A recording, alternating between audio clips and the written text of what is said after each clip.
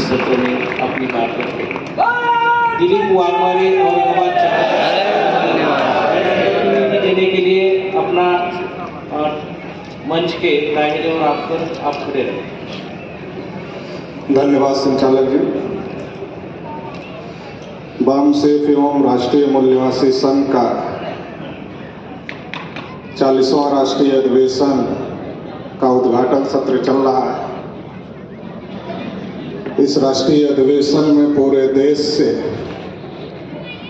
और विदेशों से भी आए हुए सभी सम्मानित डेलीगेट का हार्दिक स्वागत करते और 40वें राष्ट्रीय अधिवेशन के शुरू होने की आप सभी को हार्दिक शुभकामनाएं भी देते हैं।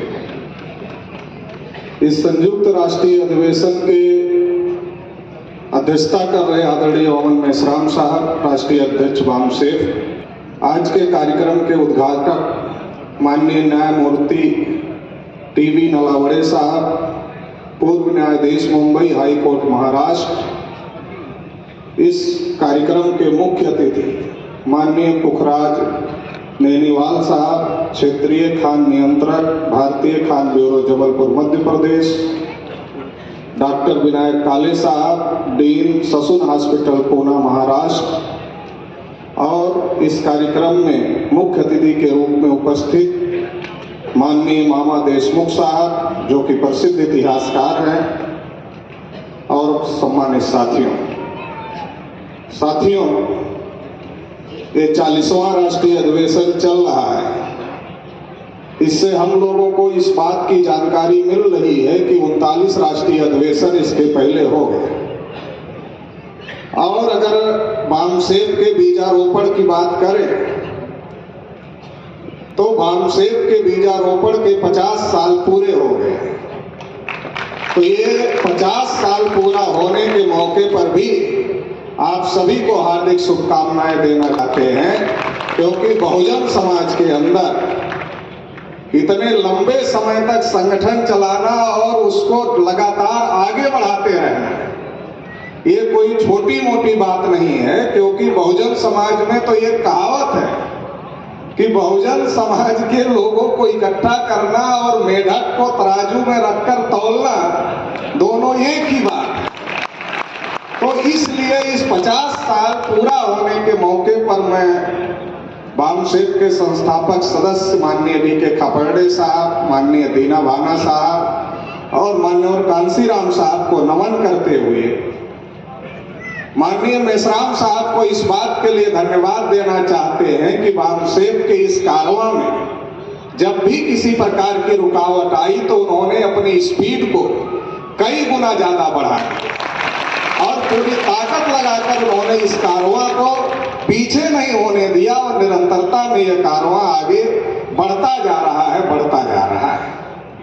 और जिस प्रकार से वामसेफ पिछले 50 सालों से समाज में निरंतर काम कर रहा है, जब हम लोग वामसेफ के कैडर कैंप को लेते और पहले भी लेते थे तो हम लोग इस बात को कहते थे कि हम लोग जो मुद्दे उठा रहे हैं ये मुद्दे जिस दिन समाज में प्रतिस्थापित हो जाएंगे उस दिन जो हमारे समाज के पॉलिटिकल लीडर हैं उनको तो हमारी बोली बोलनी ही पड़ेगी, दुश्मनों को भी हमारी बोली बोलने के लिए हम मजबूर कर देंगे।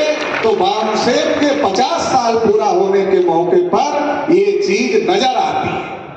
जब आरएसएस जैसे संगठन के लोग कंफ्यूज हैं, वो कंफ्यूज है कि हम जाति जनगणना का समर्थन करें कि विरोध करें। एक दिन कहते हैं हम विरोध में हैं, दूसरे दिन कहते हैं हम समर्थन में हैं। ये कंफ्यूजन जो पैदा हुआ है ये कंफ्यूजन नहीं है, वो नाप तौल रहे हैं कि वामसेफ ने इतना ज्यादा जागृति पैदा कर दिया है। अब अगर 52% ओबीसी के मुद्दे का विरोध करेंगे तो 2024 का इलेक्शन नहीं जीत सकते हैं। इसलिए बोलने के लिए मीठी बोली बोली जा रही है। उनका क्लियर है कि करना नहीं है, मगर बोलकर वोट लेना है तो थोड़ा सतर्क रहने की जरूरत है। जो आरएसएस के लोग ये कहते थे मुसलमान तो विदेशी इस देश के नहीं, अब भागवत जी कहते हैं कि कश्मीर से लेकर कन्याकुमारी तक सबका डीएनए एक है। जब अपने पर आ पड़ी तो बोली बदल दिया। तो ये वामसेप ने पूरे देश भर में अभियान चलाया कि इस देश में ब्राह्मण विदेशी है, बाकी सब मूल निवासी है। ये अभियान देश भर में वामसेप के द्वारा चलाया गया और आज ये बात स्थापित हो गई। आप चौक चौराहे पर पूछो कि क्या अभी भी देश में कुछ विदेशी बचे हुए हैं, तो आदमी दबी जुबान में पहले जान लेता है कि आप कौन हो, कहीं वही तो नहीं। फिर दबी जुबान में कहता हाँ बचे हुए हैं, तो पूछो कौन है, नहीं ब्राह्मण है। तो ये वामसेप ने ये समाज में इसको भी स्थापित करने का काम किया और इसकी वजह से बोली बदली हुई। भागवत जी को माफी मांगना पड़ रहा, बार बार कहना पड़ रहा कि हमारे पूर्वजों ने बड़ी गलती किया, जाति व्यवस्था बनाया, वर्ण व्यवस्था बनाया, बहुत गलती किया, हमें प्रायश्चित करना चाहिए। जो लोग कल तक आरक्षण का विरोध करते थे वो आज कह रहे हैं आरक्षण 200 साल तक रहना चाहिए। एक तरफ कह रहे हैं आरक्षण 200 साल तक रहना चाहिए और वहीं दूसरी तरफ निजीकरण करके आरक्षण खत्म करने का भी काम कर रहे हैं। तो हमको समझने की जरूरत है कि एक तरफ मीठी वाणी बोली जा रही, क्यों बोली जा रही? ये हमारा दबाव है, ये वामसेप संगठन का दबाव है, जिसने समाज में इस बात को तय कर दिया कि अब बहुजनों के मुद्दे उठाए बगैर देश में कोई पॉलिटिकल पार्टी सफल नहीं हो सकती। तो बहुजनों के मुद्दे उठाना सबकी मजबूरी हो गई है। जैसे बाबा साहब अम्बेडकर जब आंदोलन चलाते थे तो बाबा साहब अम्बेडकर के लोग बाबा साहब से ना जुड़े, इसलिए गांधी जी अछूतो उद्धार का कार्यक्रम चलाते थे। आज वैसे ही आरएसएस वाले खिचड़ी खिलाने का कार्यक्रम चला रहे हैं। आज आरएसएस वाले घर घर से अनाज इकट्ठा करके एक जगह खिचड़ी बनाकर खिलाने का कार्यक्रम चला रहे हैं कि मेसराम साहब के लोग मेसराम साहब से ना जुड़े, वो उनके साथ जुड़े रहे, इसलिए गुमराह करने का भी कार्यक्रम चल रहा है। देश में लंबे समय से ओबीसी का मुद्दा वामसेप के द्वारा उठाया गया, लेकिन ओबीसी का प्रधानमंत्री, ओबीसी का प्रधानमंत्री, ओबीसी का प्रधानमंत्री क्यों प्रचार किया जा रहा है?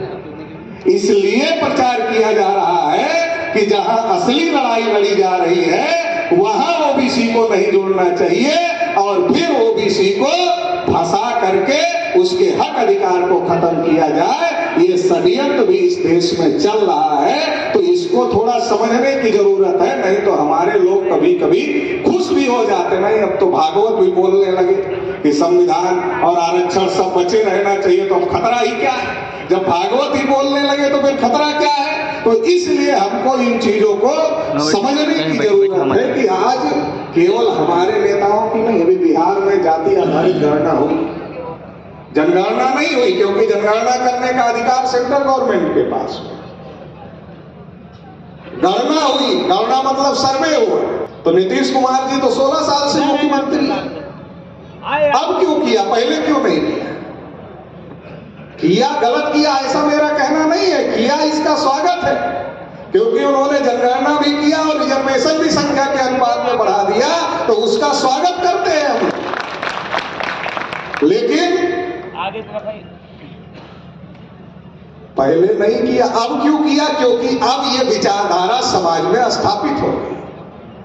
हमारे उत्तर प्रदेश में जिन पॉलिटिकल पार्टी के लोग कभी डिमोशन करते थे शेड्यूल कास्ट के लोगों का, आज वो पीडीए की बात कर रहे हैं। आज वो क्यों कर रहे हैं? ये हमारी वैचारिक सफलता है। बहुत सारे लोग पूछते रहते हैं अरे वामसेप ने क्या किया, वामसेप ने क्या किया? इसलिए आपको बता रहा हूं उद्घाटन सत्र के मौके पर कि ये जो विचारधारा समाज में स्थापित करने का काम वामसेप ने किया है, उसका आज ये नतीजा दिखाई दे रहा है कि हर मोर्चे पर फेल है। अंधे के हाथ में बटेर लग गया है ईवीएम मशीन, इसलिए थोड़ा उछल कूद चल रही है, लेकिन बकरे की मां कब तक खैर मनाएगी? एक ना एक दिन तो नंबर आ ही जाएगा। ईवीएम ज्यादा दिन तक अब देश में चलने वाली नहीं है, उसका भी नंबर आने वाला है। ये जोश और जज्बा बनाकर रखना है, इस लड़ाई को आगे बढ़ाना है, तो ये हो कर रहे हैं।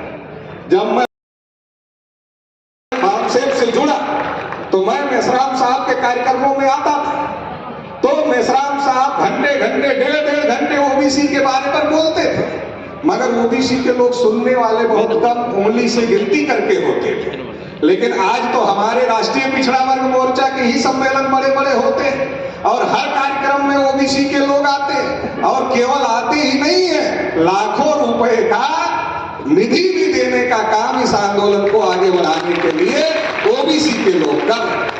और ये जो वैचारिक चेतना ओबीसी में बामसेन के द्वारा पैदा की गई, इसका नतीजा ये हो गया कि पहले शेड्यूल कास्ट और ओबीसी आपस में लड़ते थे, अभी नहीं लड़ते।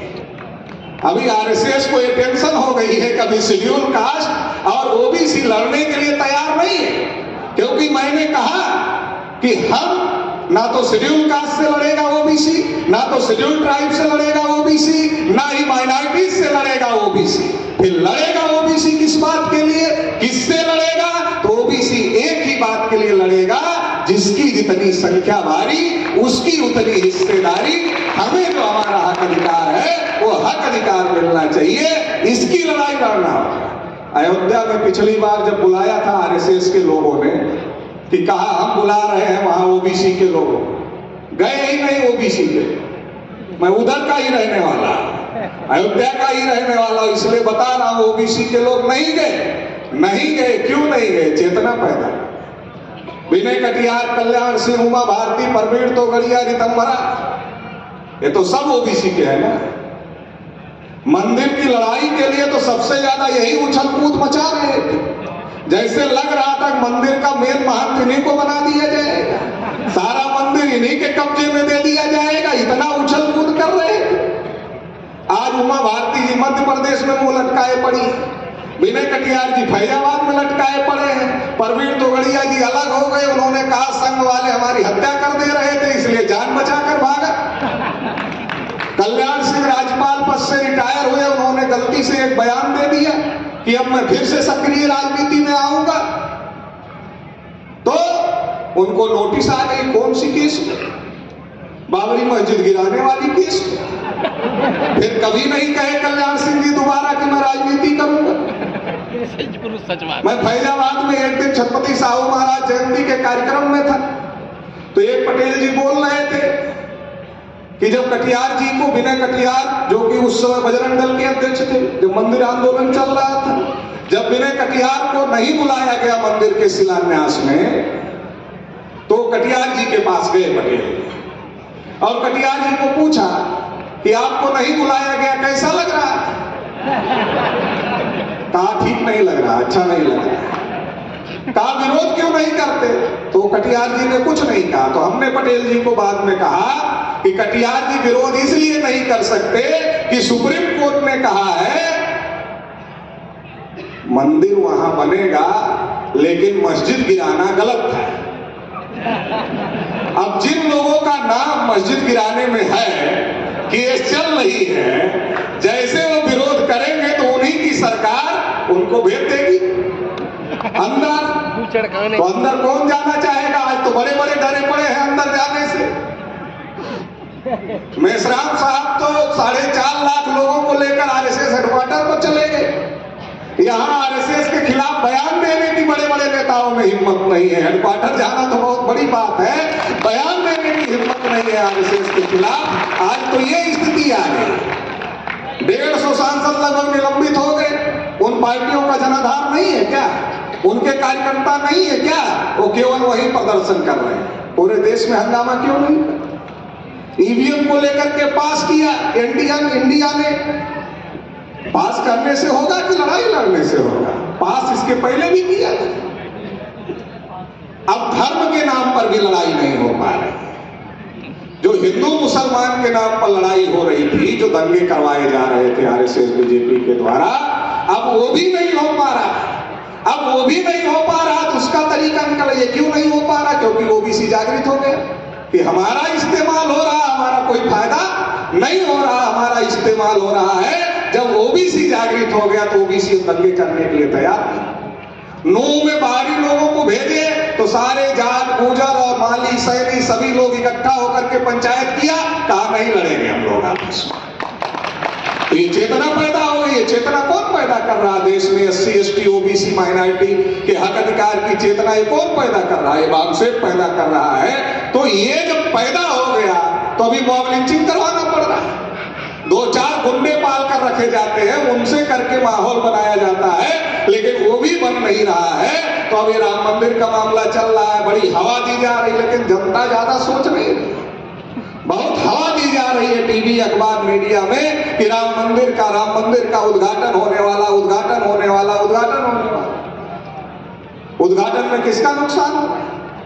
अरे हमारे सारे मुद्दे गायब।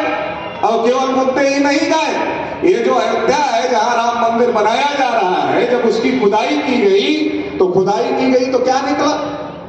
खुदाई की गई तो खुदाई में निकला कि ये तो बुद्धिस्टों की भूमि है, क्योंकि तथागत बुद्ध ने वहां वर्षावास किया था, 16 वर्षावास किया था। तो ये जो भूमि है ये तथागत बुद्ध की भूमि है।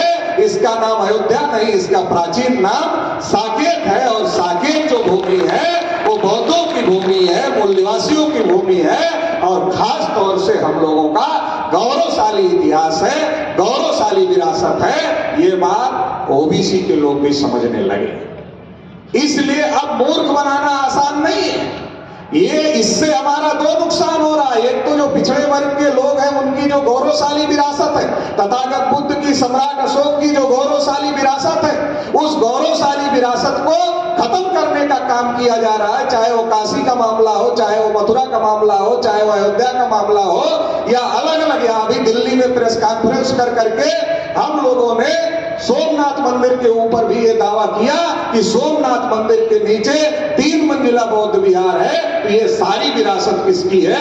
ये सारी विरासत इस देश के पिछड़े वर्ग के लोगों की है, इस देश के मूल निवासियों की है। इसलिए राष्ट्रीय पिछड़ा वर्ग मोर्चा पिछड़े वर्ग के हक अधिकार के लिए लड़ाई तो लड़ ही रहा है। इसके साथ ही साथ ये जो हमारे महापुरुषों की गौरवशाली विरासत है, इस गौरवशाली विरासत को बचाने के लिए भी बुद्धिस्ट इंटरनेशनल नेटवर्क के साथ में मिलकर लड़ाई लड़ने का काम कर रहा है। और ये सारी लड़ाई बामसेफ के द्वारा जो लगातार जागरण और प्रबोधन किया जा रहा है, उस जागरण और प्रबोधन की वजह से ये लड़ाई निरंतर मजबूत हो रही है। आरएसएस का इलाज कोई पॉलिटिकल पार्टी नहीं है, आरएसएस का इलाज बामसेफ है। ये बात समझ लेना चाहिए। जहां जहां बामसेफ की विचारधारा पहुंच जाएगी, आरएसएस अपने आप ही गायब हो जाएगा। इसलिए आप सभी को कहना चाहते हैं कि यहां से जाने के बाद हर गांव गली मोहल्ले में बामसेफ की विचारधारा पहुंचनी चाहिए। बामसेफ के जितने भी सहयोगी संगठन हैं उनकी शाखाएं हर गली मोहल्ले में खोलो। ये जो अपने आप ही हवा में उड़ जाएंगे। इतना ही कहते हुए, चूंकि समय कम है, मेश्राम साहब को सुनना है, इसलिए इतना ही कहते हुए आप सभी लोगों ने मुझे ध्यानपूर्वक सुना, इसके लिए बहुत बहुत आभार, बहुत बहुत धन्यवाद। जय मूल निवासी, जय भीम, जय भारत। नमो।